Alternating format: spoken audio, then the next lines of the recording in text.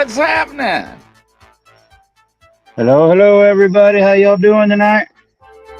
Crazy Witch, Thomas. Hello, everybody. Don't forget, you can send us some stars for some love. Kelly Elliott, hope you're feeling better.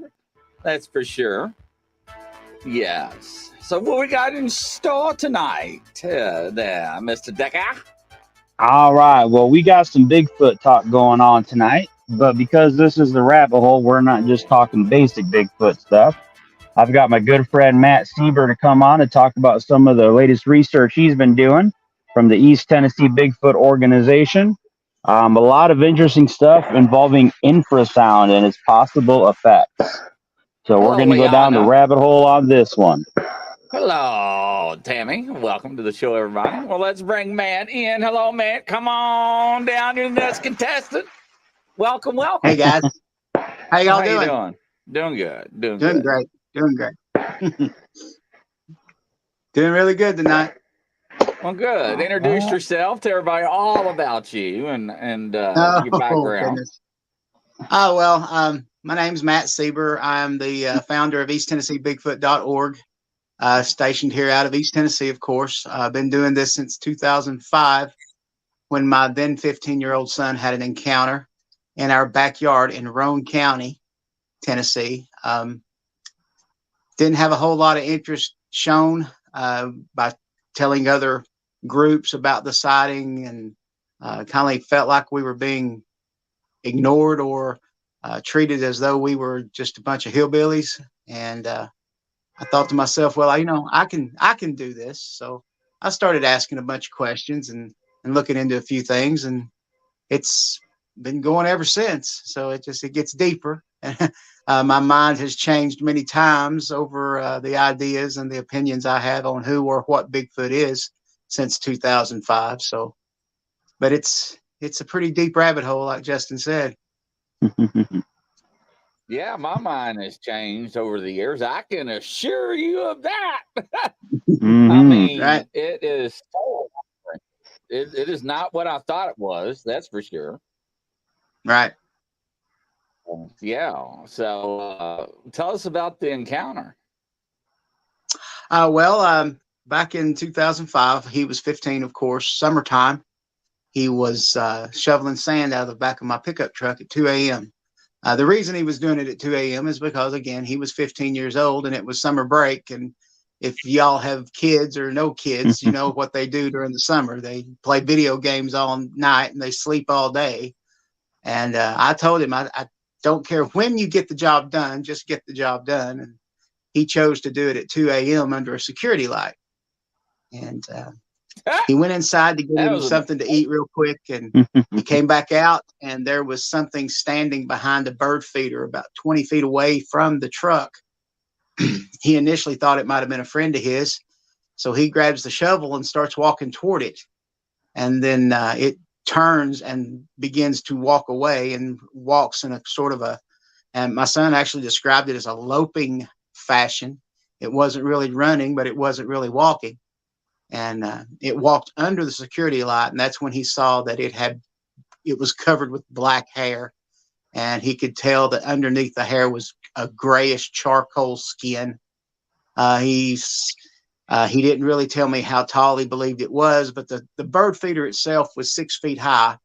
And after we talked about it a while, it turns out, this thing was about a foot taller than the bird feeder. He could see its entire head from behind as it was standing behind the bird feeder. So he said it was very muscular, very well built, and very well kept. He said it was very clean looking, looked like it was glistening in the security light. It was pretty, for lack of a better term. It was like it had been shampooed and taken well care of. So from that point on, after he had that sighting, again, I started digging it deeper. And of course, my first belief and thought was undiscovered primate. And I held that belief for a few years. And after so many people started telling me stories of more odd things, stranger things, so to speak, my mind began to change. I at the beginning, I didn't even want to talk about those strange things because I didn't want to be lumped into a group of people who were considered crazy or odd. Even in this community, people, you get lumped into a group, even in a community like Bigfoot research. So I didn't want to be part of that. I wanted to be mainstream. I wanted to be accepted by the majority. In 2023, I couldn't really care less about that because there's a lot more going on than just a simple undiscovered ape. I don't know exactly what that is. Again, I don't believe that there are any experts in the field. We have a lot of opinions and ideas. The expert will be the person that actually brings the evidence to the table. That'll be the person, and I don't know who that is yet. Yeah, we get a lot of reports. I don't understand. They are very well groomed and like they are shampooed and they use conditioner like. And they're cold. Yeah. It doesn't make sense. We get other reports. They're mangled and tangled and matted and stinky. And, right. I mean, I don't know. So he never saw its face, sides. so we don't. Yeah. He never got a good look at its face, so he don't know what it actually looked like in the face. It was dark as it was looking at him. The security light was behind him, behind the creature, and so he never got a good look at the face. But again, like I say, it was according to him very well groomed. Well, I think with talking about the condition and stuff, I think a lot of that has to do with how they are in their social structure, right? Because other primates sit there and groom each other, and the alpha males will get more attention, and then as you go down the hierarchy, less attention, and then you have some castaways, some people that have been kicked out of the group, either males looking for their own troops or whatever. Then they tend to be less groomed. That's my thought process on it.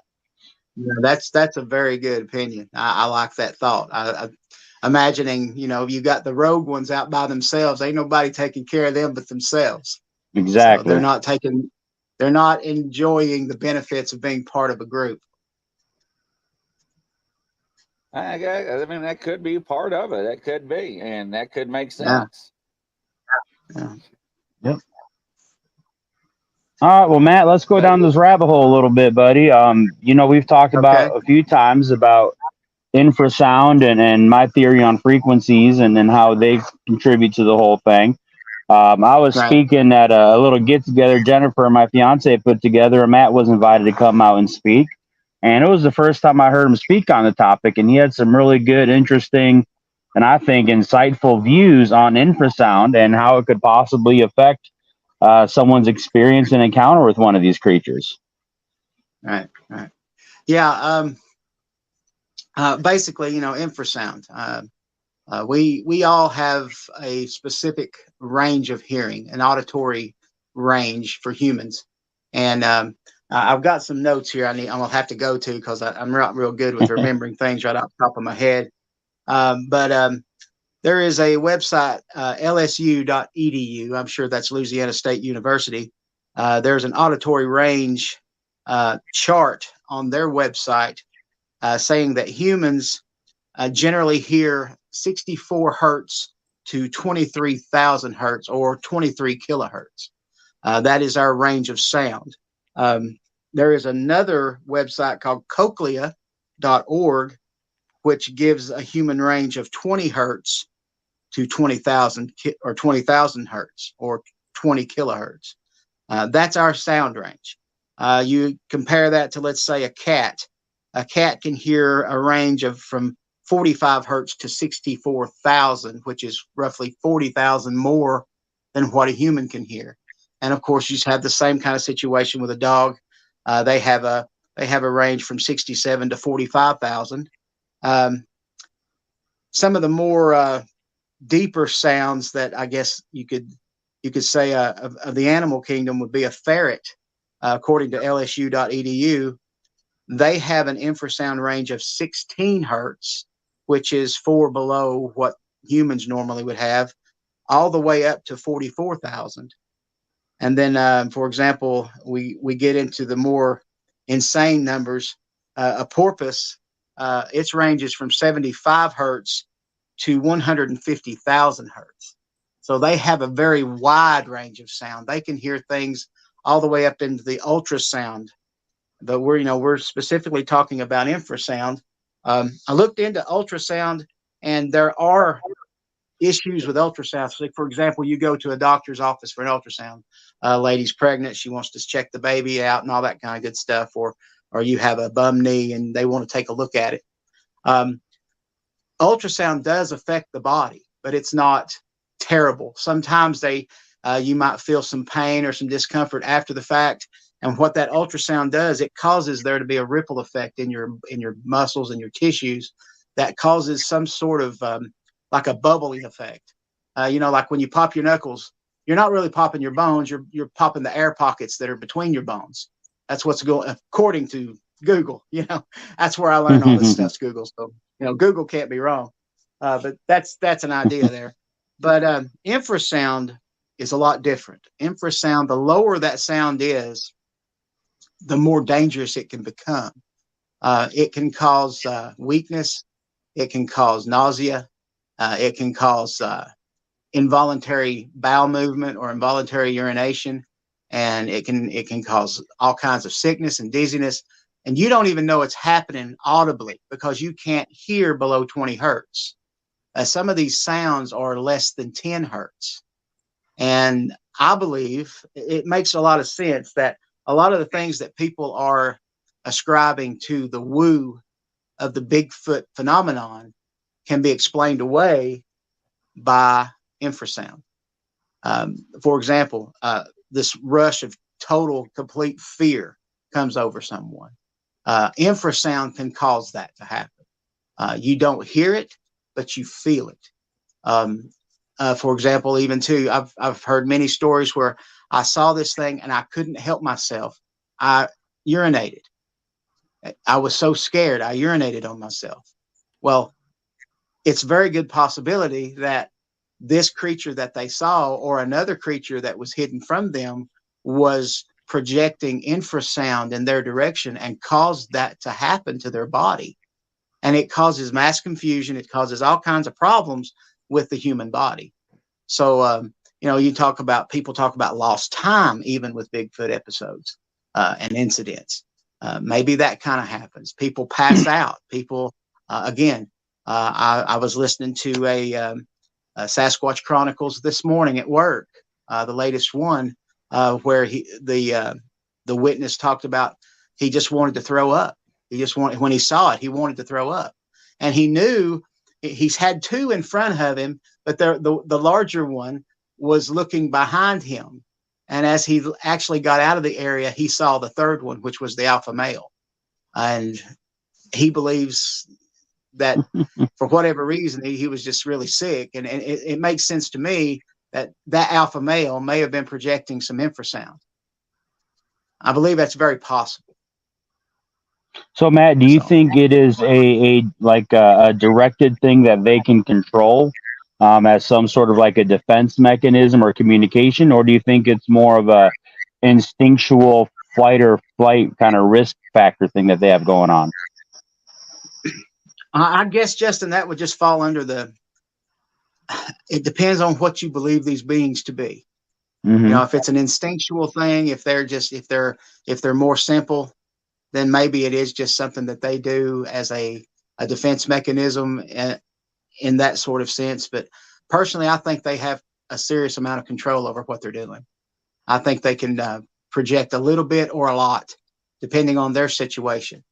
And I also think that maybe they even know or they learn from others how to do this, and some know how to do it and some don't. Because you also have reports where there's no sickness, there's no discomfort, there's no nausea. It was a very mundane event, if you want to call it a mundane event. I mean, you can't really say anything like that's mundane. But in the context of a Bigfoot sighting, it was very peaceful. But that a lot of times that's just not the case. Sometimes it is, sometimes it isn't, and I guess it would depend on their demeanor and what they think they need to do to alleviate the situation they're in. Sure, yeah, and I It's tend to agree with you on that. I think it's definitely something. I think the evidence and the stories and reports that we get holds out the idea that it's something they do have some sort of control over, direction yeah, and intensity. I really think the reports kind of bear that out. yeah, yeah. And I've got this crazy idea in my head, and we may not go into it, but I think that they have an ability to project thoughts, Hmm. and not so much thoughts, but maybe even hallucinations into someone's mind. I think I told you guys this at the meeting we had a few months back, up in Kentucky. Hmm. I had two members of my group. They went to, I think it's called Baker Creek, where Scott Carpenter did a lot of his research early on. Yep. And Yep. they went down, and as soon as they got there, the gentleman that was in the pair, as a man and a woman, the man immediately, as soon as he got out of the truck, he got sick. He felt nauseated and dizzy. And he just, from out of nowhere, it just hit him like a ton of bricks. Hmm. And she didn't know what to think about it. But he said, I just can't stay. I can't stay. I've got to go. So they got back in the truck and they were leaving. And he got about 50 yards back down the road the other direction, and it just went away. It was gone. He said, well, I feel fine now. It came and left just like that. It wasn't a slow process. It was there and gone. So they decided to turn around and go back. And when they go back, they got out of the truck again. And she got out first and walked around to the driver's side. And when he got out, he started feeling it again. But she walked in front of him and it subsided. It didn't affect her, but it was like she was a barrier between whatever was causing that thing happening to him to alleviate. And eventually it stopped. And as they were standing there, this is where it gets really weird.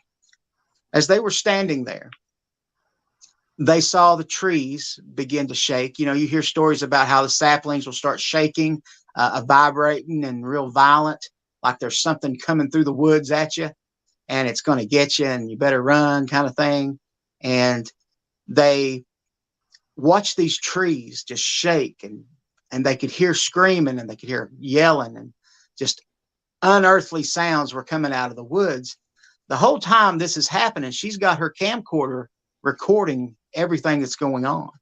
She's got it pointed at the woods. She's got the sound recording and everything happening. And it finally stops. And they get back in the truck and say, we've had enough. We're gone. And as they're heading back down the road, she reviews her recording, and that did not happen.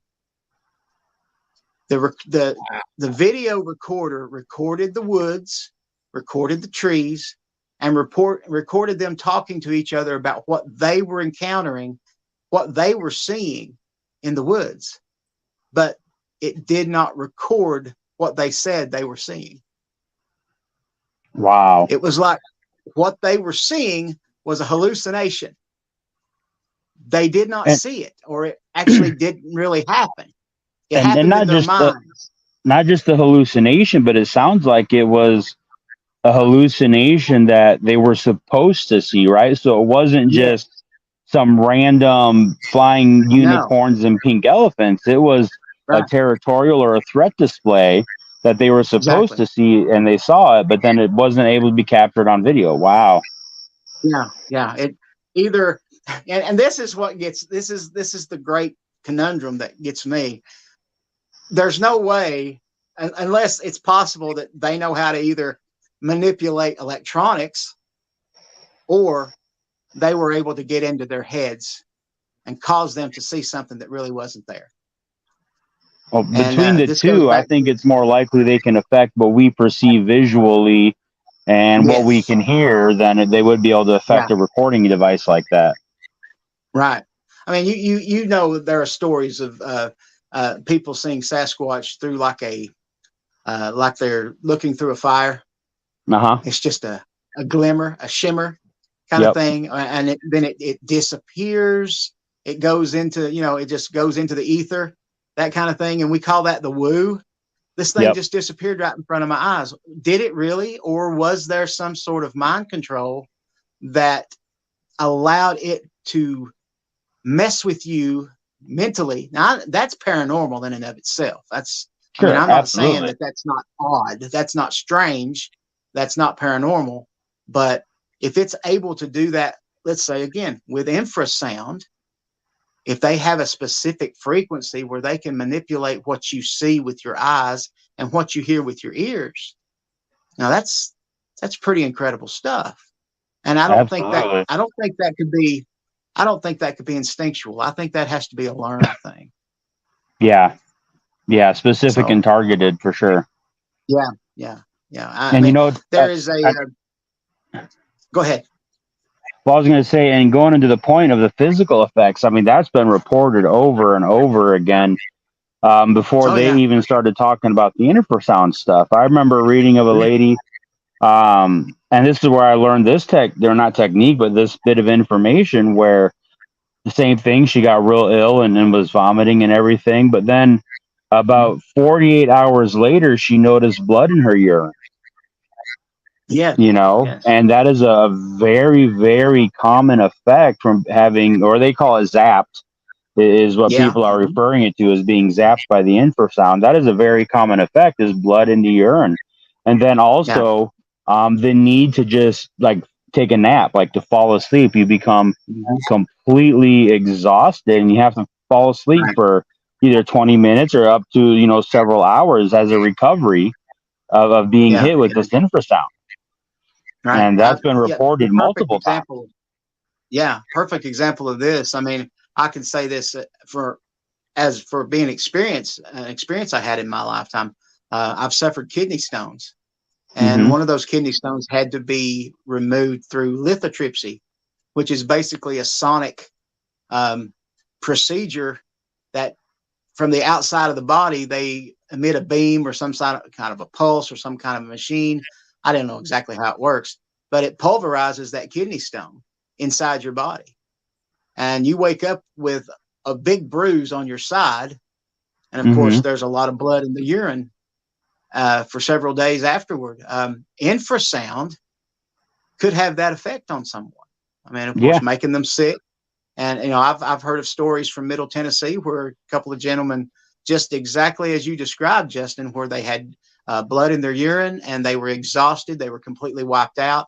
They were down for days. And one of them said he felt like he had the flu, just sick. And this was after a very, very close and personal encounter with a very angry Sasquatch.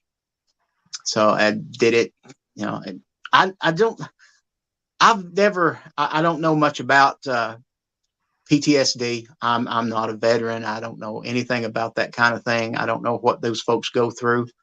I haven't studied up on any of that. But I just wonder if people who have been in war, who have had that kind of stuff happen to them, is that kind of physicality, physical ailments and that kind of stuff happen to them after they go through a battle? I've never heard of that kind of thing. But, when you talk about something like infrasound or some kind of a weapon that could be used against somebody that would cause internal damage. So that's a possibility. I know Standing Stone there earlier in the comments had mentioned weaponizing it in the military. And at that same meeting that I was at with Matt, I had a very good friend of mine who happened to come there, ex-military, active duty military. He was in war zones.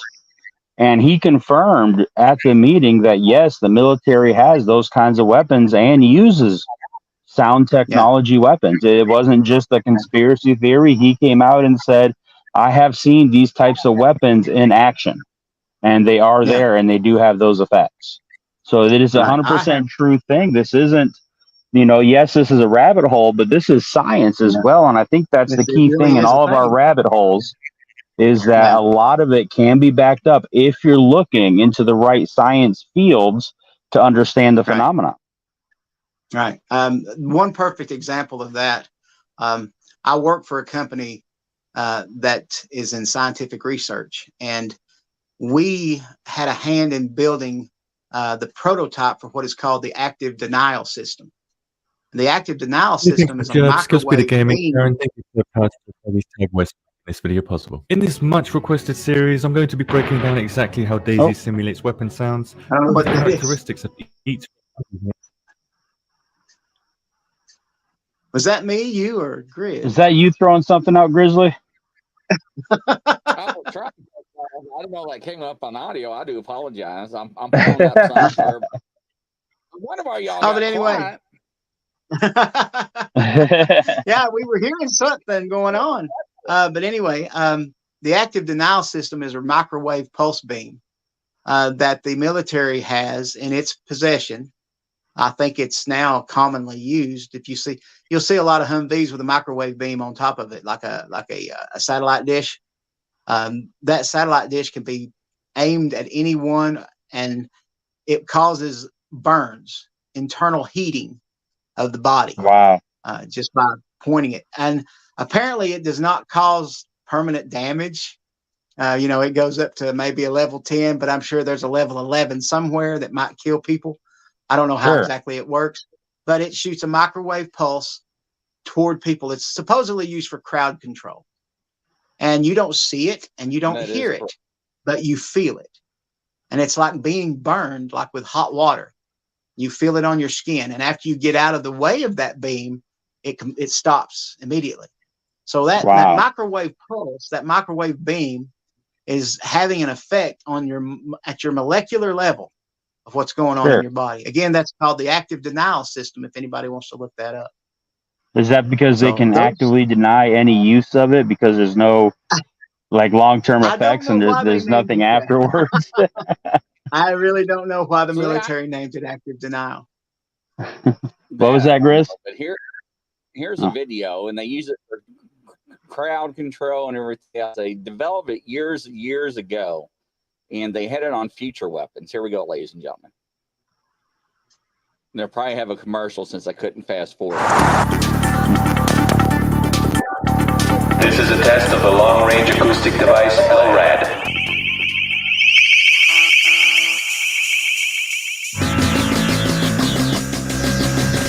One acoustic device is gaining ground daily by being law enforcement's go-to choice for crowd control scenarios and search and rescue missions. That device is LRAD. I'm Terry Shepard, and this is Digital Justice.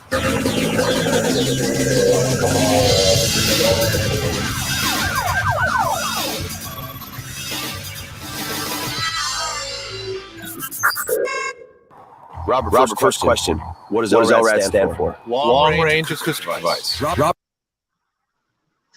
to speed it up a little bit here. The other end absolutely understand the instructions that are being given them, and we can give them the instructions in any language. We have a highly intelligible, very robust product now that's being sold throughout the world to militaries, commercial security, maritime security, and then also for wildlife detection and control. And for law enforcement, they appreciate having a device that really works for communication. Bullhorns just don't cut it. In large outdoor situations, especially. So how did this technology come about? The genesis of LRAD really begins with the attack on the USS Cole in October of 2000. Here was a USS destroyer in a Yemeni port. They didn't know if it were fishermen or terrorists that were going alongside them until it was too late. They turned out to be terrorists, detonated, killed. You know what happened? Yeah, killed many sailors, injured others, caused $1 billion of damage to the boat. And they had all this firepower on board, but they didn't know who these people were, so they couldn't take any action. Well, the whole point with LRAD is it fills a critical gap. How do we determine if they're friendlies or not, if they're not responding to radio calls? When I got in front of the device, I could immediately hear its effectiveness. This is a test of the long-range acoustic device LRAD. 1, 2, 3, 4, 5, 6, 7. All right, guys, I have to say, a little worried walking up here like you're going to sneak in and turn it back on. Scott, you were the operator on that one. Thank you. Right off the bat, first impression, I felt like there was a dude standing right here yelling in my ear. But it was. Did you notice It's really clear. Here you have the back there. hear anything? When he was standing there in the parking lot, he didn't hear nothing. So that was below the hertz. So they can That's not adjust that. that's not exactly the one that we worked on, but that's the same type of technology. Right. Similar. This You one know what? that on the civilian side goes up to Right. 612 decibels. Now that will rupture your insides and blow out your eardrums and cause permanent damage. Right. So, right. And yet But I they just still wanna can't hear it. they had it turned down where he couldn't hear it, but he can feel it. And Feel that's the pressure why of it. right. Huh. So yeah. You know, that reminds me of the reports we get of having military personnel come into a zone, like where there's been active Bigfoot or dogman activity that's been, you know, considered dangerous, and they're carrying these devices in a handheld form. And one Right. report I'm recalling in particular, they pointed this into the woods, and all of a sudden, you know, within a short time frame, they could hear something in the woods just hollering and screaming and making all kinds of ruckus, roaring basically. And then at the Right. same time, the individual on the property, their dog started going absolutely insane and acting like it was having seizures, lay on the ground, using some sort of handheld device that they pointed into the woods. Now, the people there couldn't hear it, the witness couldn't hear it, but definitely saw the effects of it in action. So I wonder if it's the same basic technology, and I wonder how long it's actually been around. I know Yeah. this guy Yeah. gave kind of a definitive time frame of when they first started getting into it, but I wouldn't be surprised if it was around a lot longer than that. Yeah, it's been around for some time. So Yeah. I mean, so yeah, so there's no telling. I mean, handheld devices, yeah, it's out. It's got to be absolutely. Oh yeah. Well, the civilian world is 25 to 30 years behind the military, something like that. Isn't that what they say? Yeah, Probably more. I believe it's more of 50 to 200 years, depending on the tech. Personally. Yeah. They got some stuff going on we don't have a clue about. Yeah, exactly. Exactly. Thomas says he's seen it in Iraq. So yeah. Yep. Yeah, like I said, I had a personal confirmation from a friend of mine that the technology is being used. So what other stuff, Matt, would this infrasound be capable of doing, or what kind of other effects have you come across that you suspect would be due to the infrasound? Well, for me, I mean, I don't really like reports. I mean, most of the reports I get here in East Tennessee, dude, they're bland road crossings, things like that. Yeah. There's nothing really spectacular. Agreed. But, you know, listening to podcasts and watching YouTube videos and reading up on as much as I possibly can about the subject, there's a lot of things that are happening out there that seem to be maybe possibly. Do you know Martin Groves? Yeah, absolutely. Okay, he had the Dogman encounter at LBL several years back. Yeah. Yep. I listened to the Confessionals podcast with him. Okay. And this is just a thought. I'm not saying that what he says happened didn't happen, but the strangeness of his story. There was a thing about the two dogmen came into the camp and was getting ready to attack he and his friend, and they were able to pray and get that to just kind of dissipate there for just a moment. They moved out of the way really quick. They got in the truck and they started heading out of there. And the next thing they know they're confronted by two Sasquatch in the field. There were Sasquatch involved. Yep. And, you know, as the conversation progressed, it was like they were talking about how that maybe the Sasquatch controlled the dogmen. What if infrasound produced those dogmen in those men's minds, in their minds, and the Sasquatch were standing off at a distance, manipulating those men's minds to see the dogmen? Because I've had a few people tell me they've seen dogmen. One individual claims he shot one, and when he shot it, it disappeared into a flash of light, just gone. Huh. So, No, I mean, I know yeah. that it's just an idea that I'm just rolling through my head. I don't know what the truth is. They may have very well had dogmen in their camp, because I do know that as the story went on, there a person was killed at LBL that same night, and that's part of that whole story that was on the Confessionals podcast. And it was just, it was surreal to think that you had two Sasquatch watching the dogmen attack these guys in camp. So I believe it could be possible that a lot of the things we see, or what eyewitnesses see, again, it could be that complicated with this It could be. I infrasound mean, and this mind control.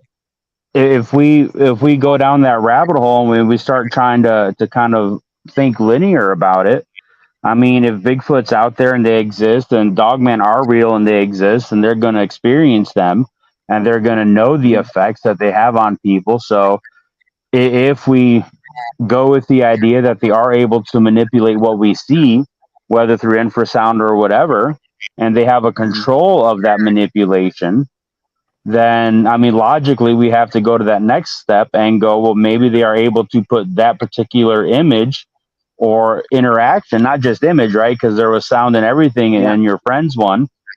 Maybe they are able to produce that high level of an experience for somebody that's not really there. That's not saying that they didn't further go on to have dogman experiences, or there weren't dogmans in the vicinity. But like you said, somehow the Bigfoot were able to increase the fear or increase the intensity, or maybe they started off doing that and then the dogmen showed up. I mean, there's really no way to know for sure.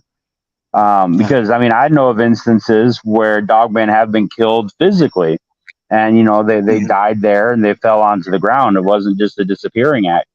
So wow, yeah, that's a whole deeper level of the rabbit hole. Yeah, for real, it is. Somebody records something and they go back and play it, and you have two different people with two different minds that sit there and say, this is what we witnessed, this is what we saw, but what we recorded did not capture it. That makes me wonder a lot. I mean, how can you explain that? Yeah. I mean, I can only explain it that it didn't really happen and it was in their minds. That's what I'm saying. Head. Okay, well, let's throw this one out there. I don't recall the names of the people involved, but there was a video. And the experience was they saw a juvenile Bigfoot lurking around camp, and I think it came out of a tree and kind of ran across, and they got it on video. But then when they went back to look at the video, all you saw was like the Glimmer Man effect, where it was just kind of a shimmery image. You could see something moving, right? So it's kind of the reverse effect there, where they actually they saw it in real life. Go through the camp as a black shadow figure kind of a thing, but then the recording didn't pick it up other than this glimmer wave. So I wonder if that would be a different phenomenon or something tied into it as well. Are you talking about the cloak? Could that be an electronics issue? Yeah, it's like the cloaking effect for sure. Yeah. I've got a member of my organization, actually two members. They before they became members of my organization, they were, they're deep into Bigfoot anyway. If you're not into Bigfoot, of course you're not in the organization.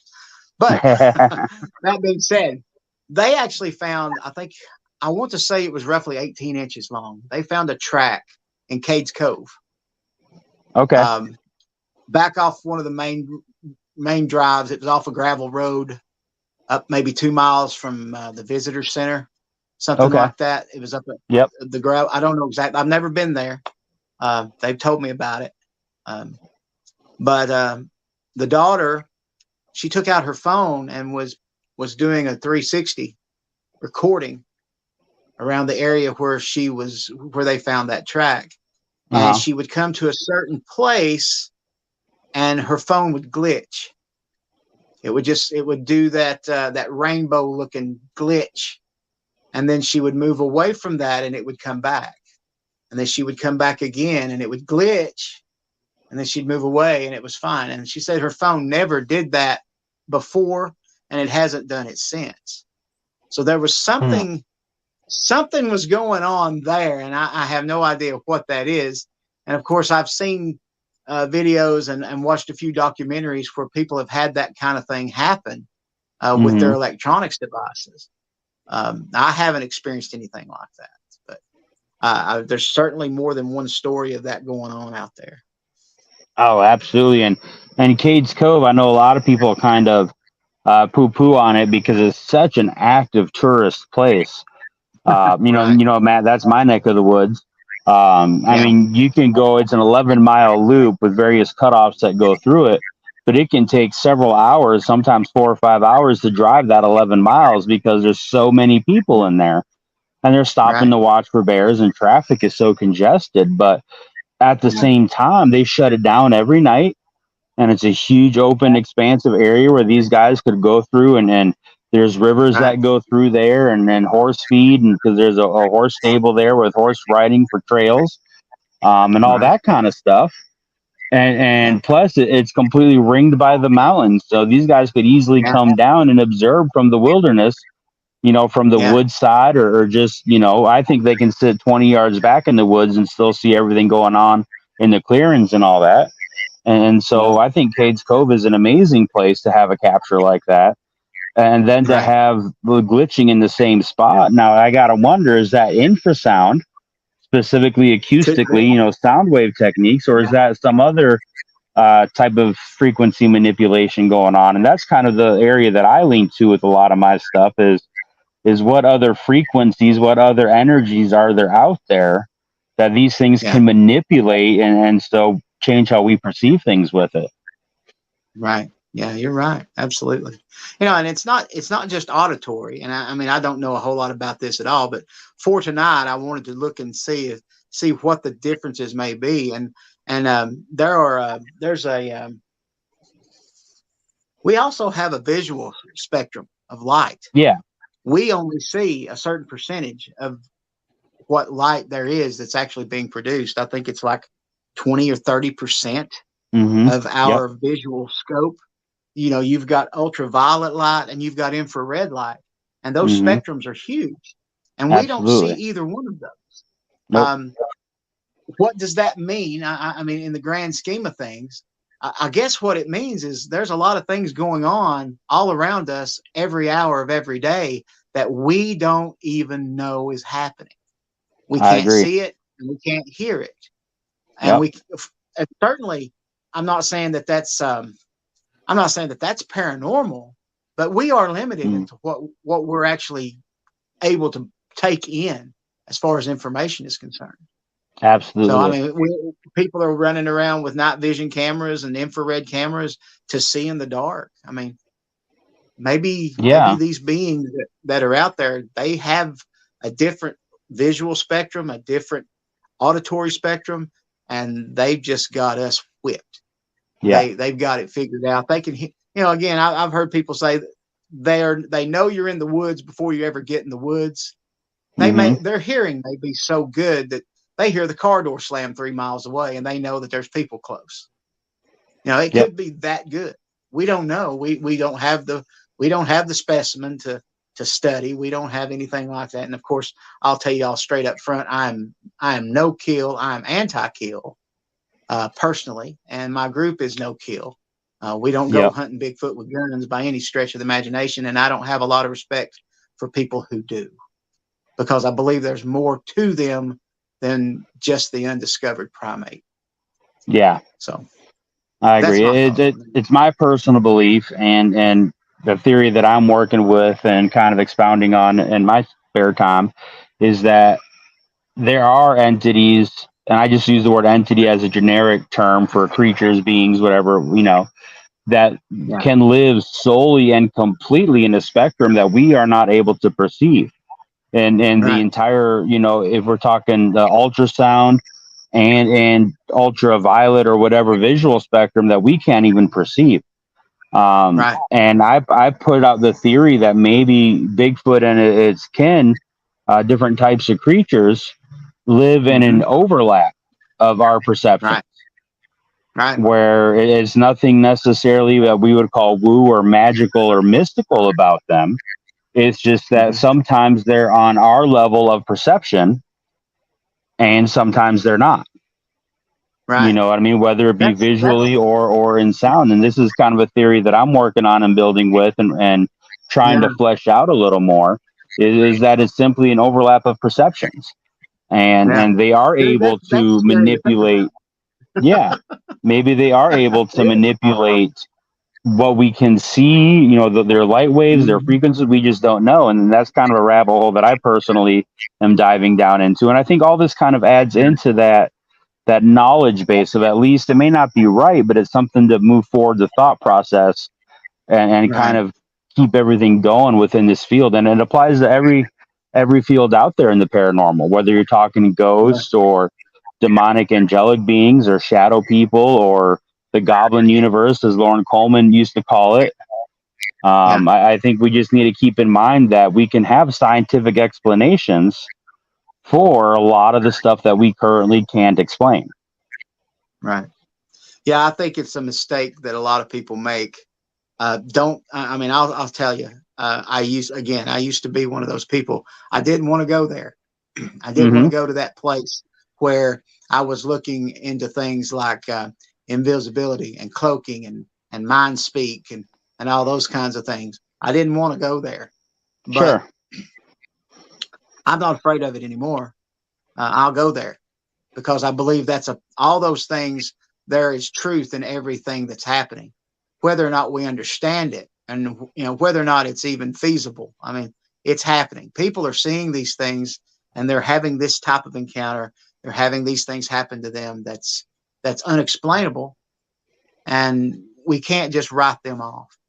So I'll just say, don't be afraid of the woo, because, you know, it's woo because we don't understand it yet. Yeah. I never understood this mindset of, we're trying to solve one of the greatest mysteries that we have here in the natural world of Bigfoot, whether it exists or not. This is our field of interest, right? This is our hobby. But then people go, well, I don't want to hear about this part because that's just too weird for me. You know, and it's like, really? I understand where they're coming from, though. I really do. I understand the mindset. But, you know, you start looking into this kind of stuff. Now, again, you know, I don't like to talk about Dogman because, you know, I remember American Werewolf in London, and that scared the crap out of me. Werewolves are scary. I don't like thinking about that kind of thing, being out in the woods or outside my back door. I'm terrified of that kind of thing. Absolutely. I won't go. But I can't say that it's not happening. No, not by myself anymore. I won't do it. But then there are other things out there that people are seeing that aren't explainable. Oh yeah. And I think, what was it? There was someone, I don't remember his name, but he said something, and it was very interesting to hear it. He said that the Sasquatch are here to protect us from everything else. That's a common belief. Yeah. Yeah, they're here to keep us safe from the nasty ones, whatever they are. And that could be the dogmen and the rakes and you know, the Jersey Devils and the Mothmen, or whatever you want to get into, that people see and people have encounters with. It's just it is hard to take in. It's hard to fathom, especially when you're living in 2023 and again, Google has all the answers and you don't have to think anymore. We start thinking about this kind of stuff, the rabbit hole gets deep and they become numerous. The rabbit holes just start popping up everywhere. And, you know, I tell my wife often, is that you start studying Bigfoot, you're going into other things. You will end up even looking into demonic activity and UFOs and all of it. And to me, I personally believe it's all tied in. It's all together. There's the whole big mystery of the world that we have forgotten, the world that we no longer see, that maybe our ancestors had a very good hold on. They knew all this stuff was going on, but the more technologically advanced we became, the less we paid attention to it. It's like, you know, of course, you know, people in a covered wagon riding out west for thousands of miles. They're taking months to do it, where we can be there in a few days. We're doing 75 and 80. We don't have time to look off the side of the road, see if we see anything. So Sure. we've got our heads in the phones now. We're always looking at our phones and listening to our music on their headbuds and all that stuff. And we're not paying attention to the world around us anymore. No, we've not been doing that for a long time. And I think there's a lot of stuff out there that we might be missing that's right in front of our faces. I agree. And I would postulate that it might even be intentional, but that's a whole nother rabbit hole. Yeah, that's what is it called? The dumbing down of America. Yeah. And, you know, I first came across this idea, like you were just talking about, when studying sea monsters, and how come we don't see sea monsters anymore like they used to. The hell? Well, right. But here's the reason why. Well, is bury the sons of guns. Yeah. Look at the difference between our sea travel now and what our sea travel was 200 years ago. Back then, we had to go where the winds took you. There was no motorized sounds. You know what I mean? He didn't have shipping lanes. Either. Do what? Grizz, your audio's real quiet tonight. It is. Yeah. I said we don't have sailors hanging off the edge of the boat either. Well, that too, right? And then you have these big, giant party, ships and their motors. I mean, you're going to scare every critter away for hundreds of miles. But back then, if you were just slipping through the seas with just wind power, you were making hardly a noise. Then the sea monsters, so to speak, would be up there on the surface, and you could come up on them and scare them and sneak up on them. And I think it's the exact same kind of thing. Back in the day, the world didn't have so much noise pollution. Us people didn't make so much noise out there. And nowadays, that's all it is noise, or we can't even hear the rest of it, what's going on. And I think it's the same thing. I really do. Yeah, we've got a lot of fog over our faces. We got a lot of haze in our eyes. We've forgotten how to see the truth. Yeah. And I mean, I'm not saying I know what the truth is. I really don't. I do know that Bigfoot is real. I know that. I've never seen one, but I know they're real. I know too many people. And I've heard too many stories, and I've found things and I've heard things, and it's real. Whatever it is, it's real. And I can't just quit looking. But like I said earlier, I mean, the rabbit holes just become more and more numerous every day. And I am, I guess I'm on the fringe now. I'm fringe. I really am. I'm not mainstream Bigfoot research investigations. Somebody can tell me, they saw it jump out of a UFO and then fly back into it. I'm not going to say it didn't happen, because I don't know one way or the other. Right. Again, UFOs are spotted along with Bigfoot sightings. The orb issue. What are the orbs? What's that about? These orbs that are floating through the woods, and there are Bigfoot sightings in proximity with those orbs. Yep. Even some of the more well-known researchers have had encounters with orbs. What is an orb? I've never seen one of those. I would probably flip out if I saw that floating through my backyard. I mean, most people say they're about the size of either a soccer ball or a basketball. And a lot of people on the more paranormal end of things would say that that's their energy spirit moving from place to place. Whatever that entails. But it's just, there are things in this world we just don't understand. Yeah. It's huge. I've got a guest that I'm working on, hopefully to come on the show in the next week or two.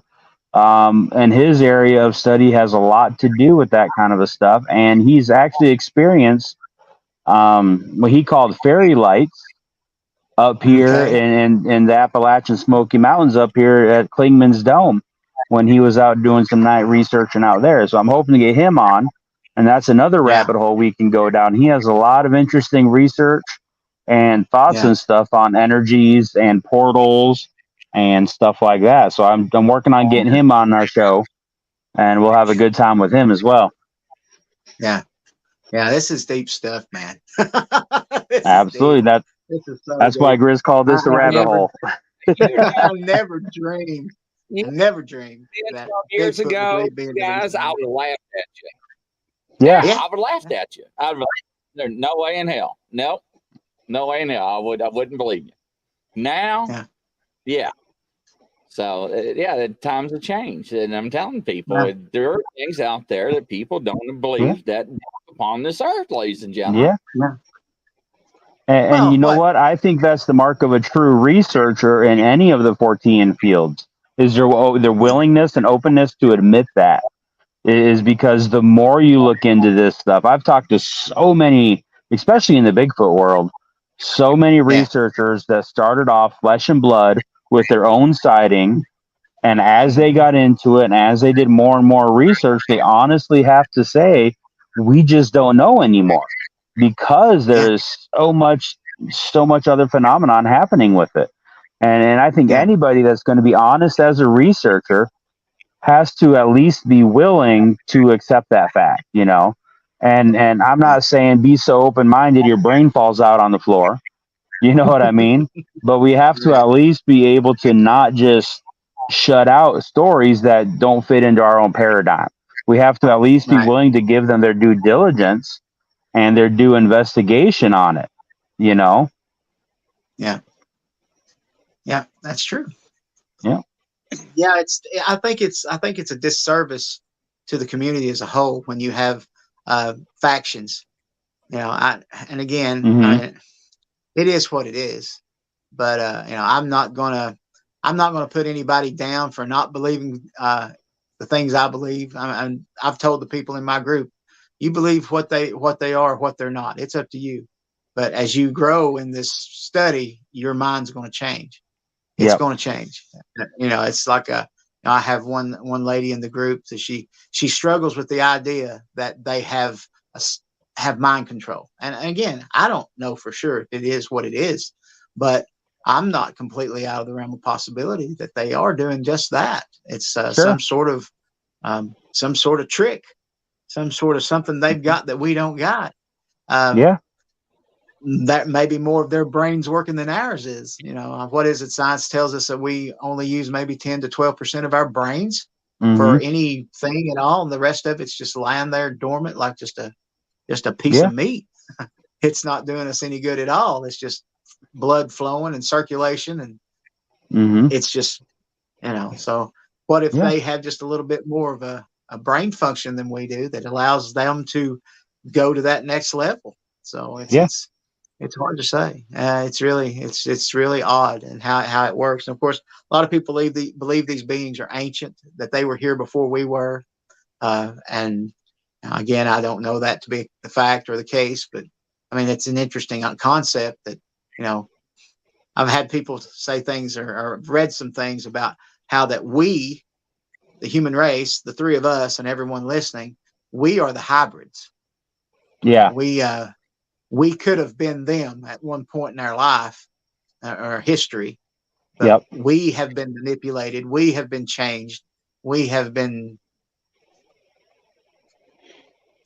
violated, so to speak. And they don't want anything to do with us because they know how dangerous we are.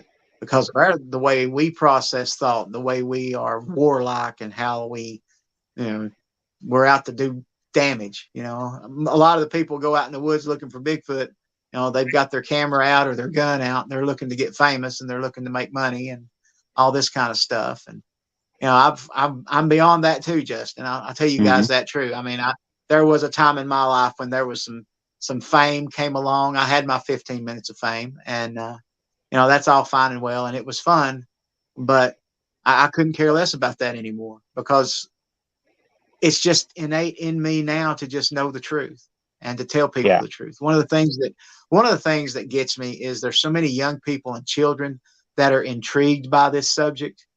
And I'm not so sure if that's such a wise thing for a parent to let their kids be all up in arms about Bigfoot, you know, because I would hate to think that a child would, you know, leave the camp so to speak, and go out looking for Bigfoot by themselves and something terrible happened to them.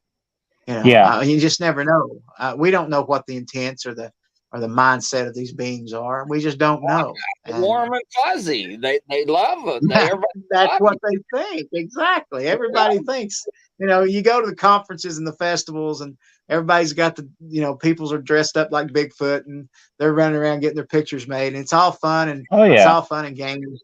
But there's something else here. And I just hate to think that somebody's going to get out there and do something real stupid, thinking it's just a fun and games kind of thing, and they get hurt.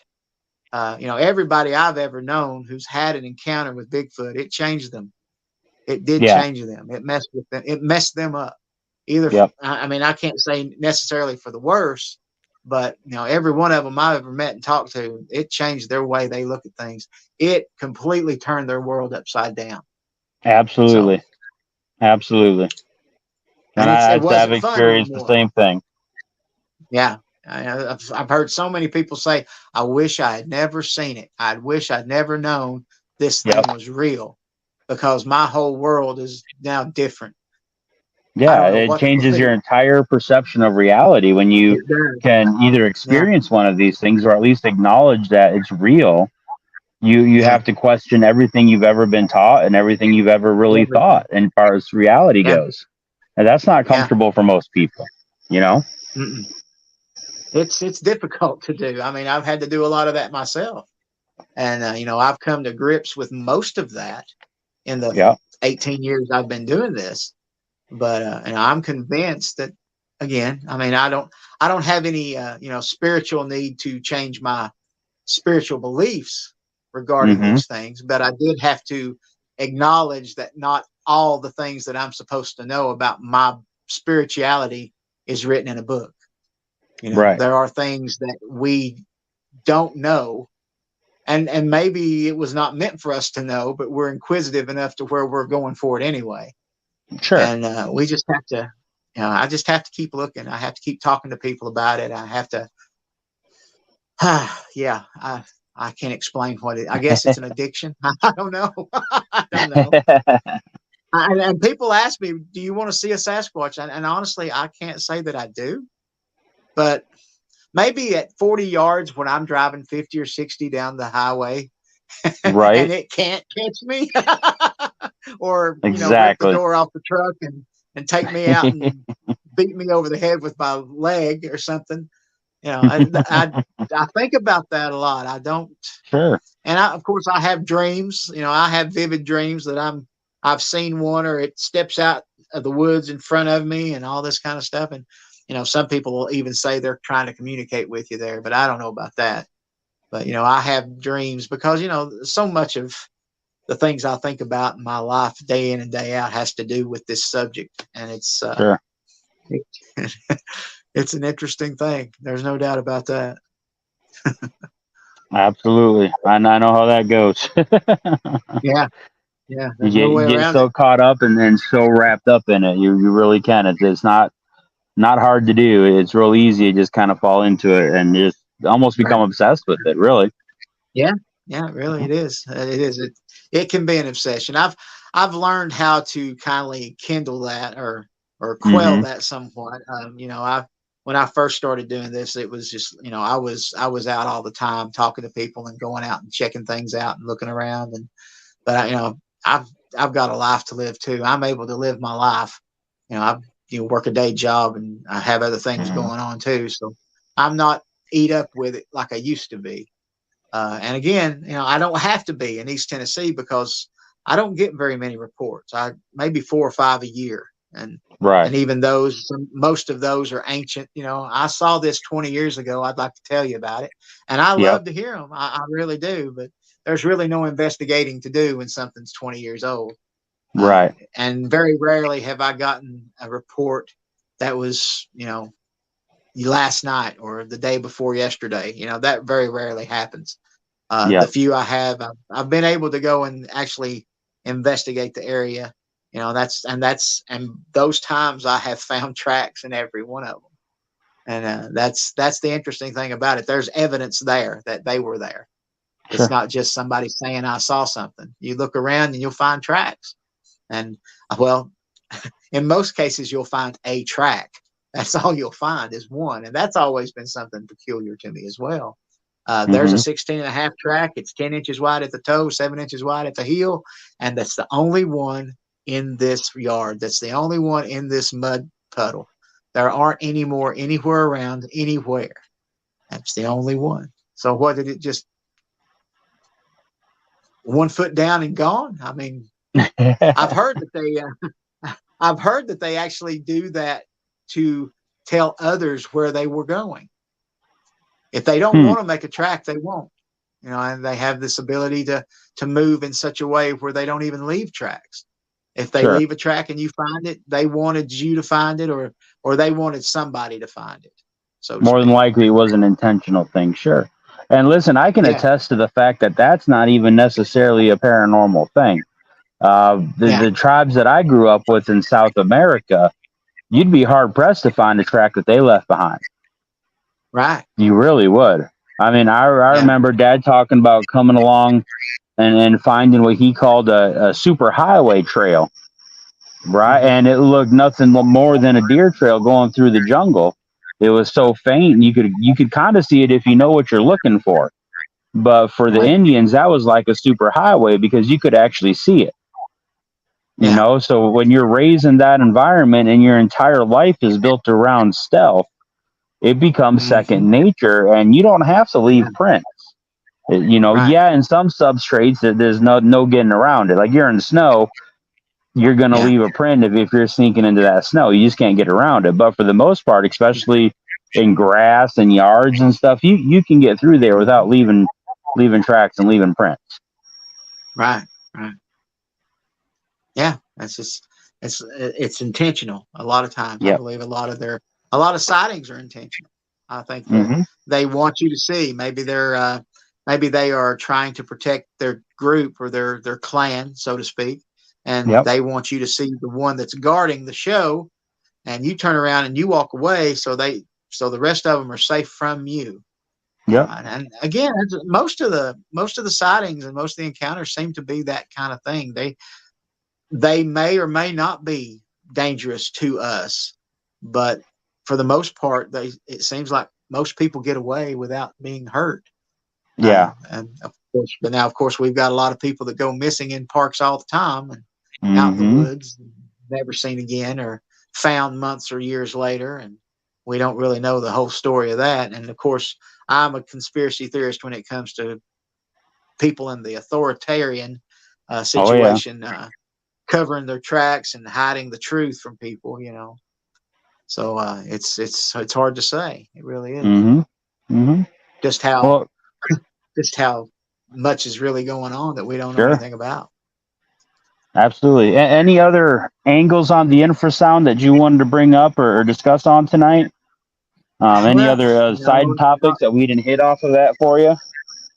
No, not really. Okay. Again, the infrasound, it's just an idea, and I know, and it's not my idea. I mean, there's a lot of people out there that have been tossing this around for a long time. It's just, I'm just trying to get a handle on it, because it makes sense to me that if these things are able to make us hallucinate or make us lose time or pass out or get sick, it makes their getaway much easier. It makes it easier for them to run and hide or to get out of our line of sight or all that kind of stuff. And that's really all they want to do for the most part. From the way I understand, most Sasquatch, they don't want an encounter with us. They just, maybe they messed up or like I said earlier, they're just trying to protect their clan. But I can't imagine. I mean, all the times I've been in the woods in my life, I may have walked right by one and never knew it. Exactly. I was not a threat, and it didn't see any need to mess with me or even acknowledge my existence. And of course, I was too young to know. I went squirrel hunting when I was a teenager for years, and I had a shotgun, but if I'd saw one of those things, I don't know what I'd have done. I'd have probably messed my pants and ran. Right? I mean, I was just a kid, so I wasn't a threat. If I was around one, that never did see me as a threat, so Sure. it never showed itself to me. So Well, even see, though, Matt, you know, oh, go ahead. Go ahead. I will say, you know, that one summer my son had his encounter. That particular subject was in the neighborhood all summer. It was seen by more than one person. Okay. And there was that one night where I was out on the porch. I used to smoke, but I wasn't allowed to smoke inside. And I understand that. But anyway, but I was out on my back deck smoking, and I got whistled at. And it was a classic, you know, Ron Moorhead whistle, that kind of like the Sierra Sound. Sure. It whistled at me from the darkness about, I'd say 40 yards away. It was on the other side of the road in the cornfield. And I knew what it was because I'd heard that whistle before.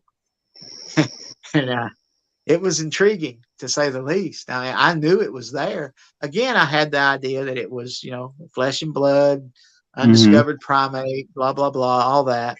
I had not yet even begun to really research the thing yet.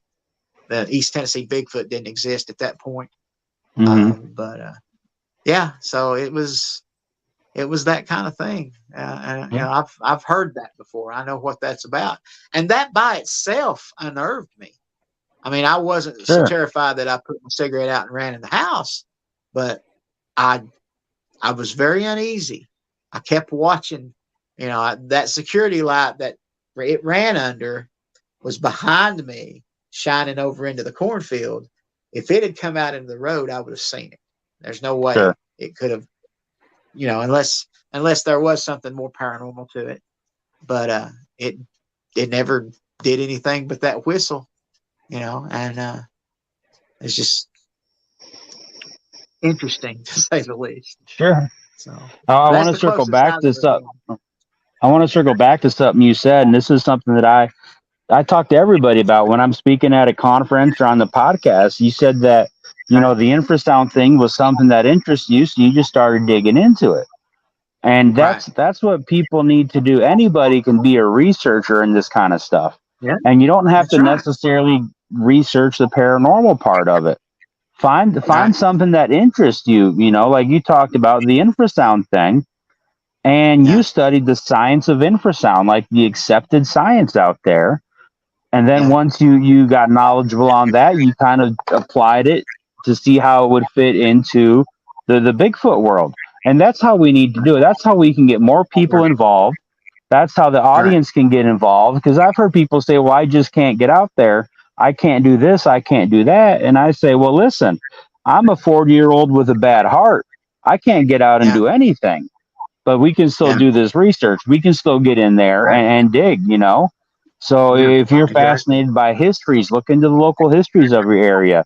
If you're into the sciences, you know, find an aspect that you can dig into already accepted information, already accepted scientific studies, and go down that rabbit hole and see how it can apply to these subjects. That's how we're learning. That's where we can get accepted into the scientific realm. If we can go and point to scientific studies and research that's been done and then go, this is exactly the effect or the cause that we're seeing, and this is how it would apply, you know? And that's exactly what we need more of in all the 14 studies. Absolutely.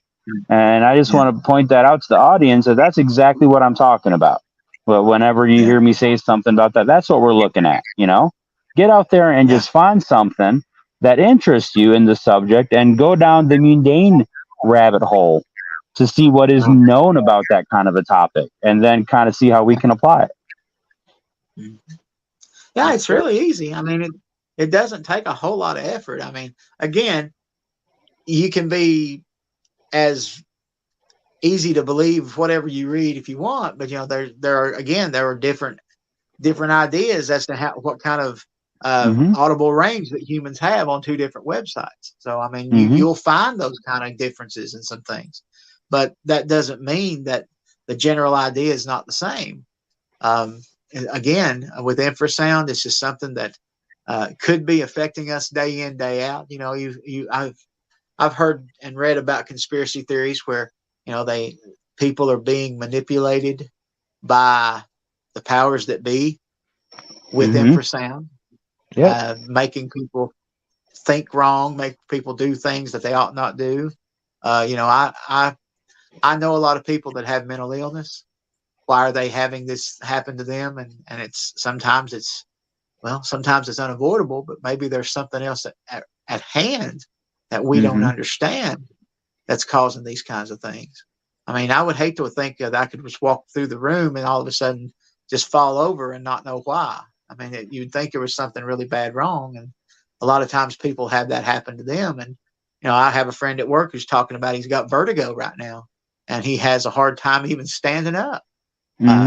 He's in his 50s, so I can say, well, you're probably just getting old, man. You know, that's just the way it is. But at the same time, these things happen to our bodies, and it has an effect on our minds. And you know, you go back to PTSD. You know, that's something else that's troubling me.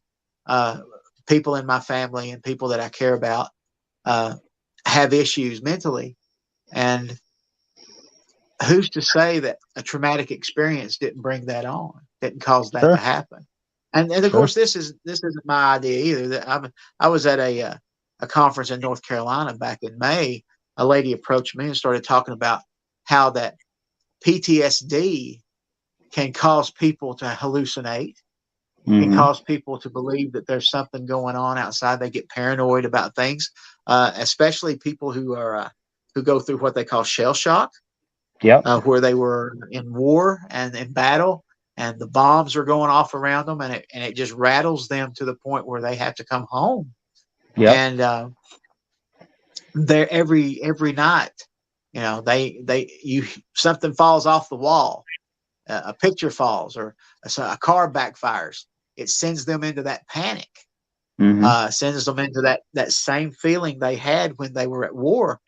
And this person mentioned that what if, you know, there is a post-traumatic stress involved with Sasquatch, and people have these encounters and they are so traumatic to them that everything they see now is a Sasquatch. Everything that's going on outside at night is a Sasquatch. You know, and maybe it's not really a Sasquatch. They had one encounter in their lifetime and that was it. But now everything that's going on outside is a Sasquatch. You see that tree that fell over? Sasquatch did that. You see that dead bird out there in the driveway? Sasquatch did that. It's just such a traumatic event in their life. And it's like we were talking earlier about how when you investigate and you research this stuff and you do it for so long, it just becomes something you're always thinking about it. You're always doing something involving that. For somebody who's had an encounter and it's been a traumatic experience, it's all they think about too. And it may be giving them a really hard time. And I firmly believe that is the case, that does happen to some people. Obviously not everybody, you know, not every instance is going to be like that, but I think it happens in a fair percentage of cases. And you're right. I think going forward, it becomes an obsession and an unhealthy one. And it becomes, like you said, every sound, every shadow, every movement, every thing that looks out of place is now attributed to Sasquatch and what they do. And I think that's a very real thing. I'd have to agree with you. I really do. I think that's a very real thing. Yeah. I mean, I've met people and I know people who have had encounters in their lifetime, and it's just like that. You know, everything that's happening around their home is Sasquatch, everything. And it's just, and you try to explain to them, well, you see an obvious answer to what was really going on, and they're almost offended. And they don't talk to you anymore. And I don't want to lead people on, and I don't want to hurt their feelings for anything. I mean, I believe they had a legitimate encounter, but it just traumatizes them so much that they can't see past that to be rational with what they're thinking. And I can understand that. I mean, that's you know, when somebody has a traumatic experience, I mean, that's whatever it is, it lingers, it stays with you. Yeah. So it's going to bother you for a long time. It's something that it's humanity, I guess. Yeah. It's just how we're wired. Absolutely. Yeah. Absolutely, it is. That's how it works. Yeah. Yeah. Really. Well, as we're starting to wrap up, guys, there's something I just want to bring up here. We've recently lost somebody in our community, Miss Claudia Ockley. And we just want to give a moment of recognition to Miss Claudia. I've known her for several years. I wouldn't say I was friends with her, but we were definitely acquaintances, and we talked professionally on more than one occasion.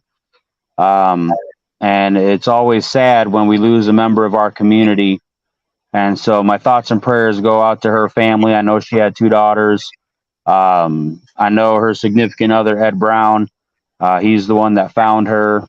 And just my thoughts and prayers go out to everybody involved personally, and not from a Bigfoot perspective or community perspective, but Claudia was a person. She was a real person, and she was a very sweet lady.